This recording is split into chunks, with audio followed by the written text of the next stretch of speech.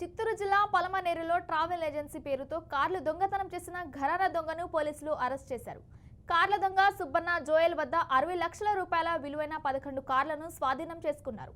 Travel agency పేరుతో కొందరి వద్ద కార్లను లీజుకు తీసుకోవడంతో ముద్దాయి వ్యసనాలకు బానిసై అప్పులు కావడంతో కొత్త రకం దొంగతనానికి తీరతీసినట్లు పోలీసులు తెలిపారు.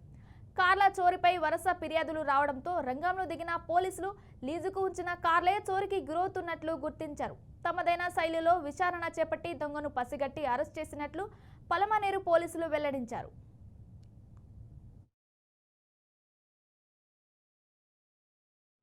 గత కొద్ది కాలంగా 2 వీలర్స్ 4 వీలర్స్ ట్రాక్టర్లు కొన్ని దొంగతనాలు ఎక్కువగా అవుతున్నందుకు మా చిత్తూరు ఎస్పీ గారు ఒక స్పెషల్ టీం ఫామ్ చేసి దాని ద్వారా ఇన్ఫర్మేషన్ కలెక్ట్ చేస్తూ ఎవరైతే అఫెండర్స్ ఉన్నారో వాళ్ళని పట్టుకోవడానికి అన్ని ప్రయత్నాలు చేస్తుంటే అందులో భాగంగా పలమనేరు ఇన్స్పెక్టర్ గారికి రాబడిన సమాచారం వరకు సుబ్బన్న జోయల్ అనే వ్యక్తిని అరెస్ట్ చేయడం జరిగింది.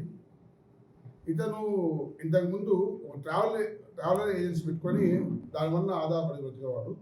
తన వెహికల్స్ కాకోకుండా ఊళ్ళో కొన్ని వెహికల్స్ను బాడోకి తీసుకొని కుదవబెట్టాడు.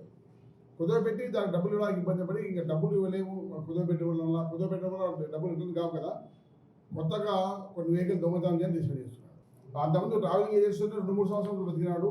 బట్ అతని బ్యాడ్ హ్యాబిట్స్కు అతను వచ్చే ఆదాయం నీరు కాక ఈ విధంగా దొంగతనాలకు పాల్పడ్డాడు. ఇప్పుడు బిఎన్ఎస్ఎస్ యాక్ట్ కొద్దిగా చేంజ్ అయిన కారణంగా ఏదైనా కానీ స్పెసిఫిక్ ఓనర్ను పక్కా గుర్తించబడితే కనుక పోలీస్ కానీ ఇవ్వచ్చు.